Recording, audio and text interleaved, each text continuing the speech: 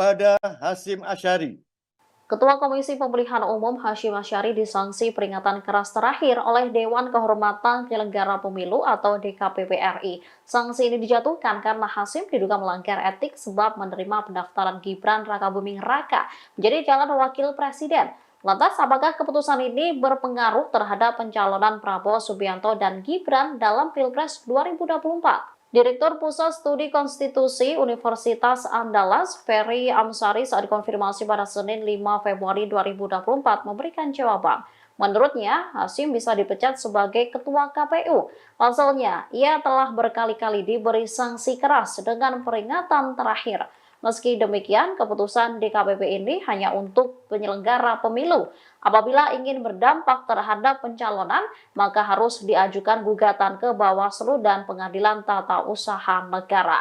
Diketahui sanksi terhadap Hasyim dibacakan Ketua DKPP RI, Hedi Lugito, dalam ruang sidang di kantor DKPP RI Jakarta Pusat pada Senin 5 Februari.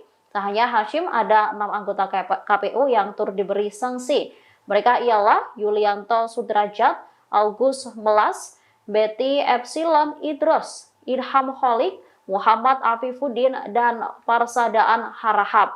Baik Hasyim dan anggotanya terbukti melakukan pelanggaran etik karena memproses Gibran sebagai calon wakil presiden.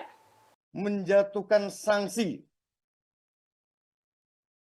peringatan keras terakhir kepada Hasyim Asyari selaku Tradu 1 dalam perkara nomor 135/PKE/DKPP/Romawi 12/2023, perkara nomor 135/PKE/DKPP/Romawi 12/2023, perkara nomor 137/PKE/DKPP/Romawi 12/2023, dan perkara nomor 141/PKE/DKPP/Romawi 12/2023 selaku Ketua merangkap anggota Komisi Pemilihan Umum sejak putusan ini dibacakan.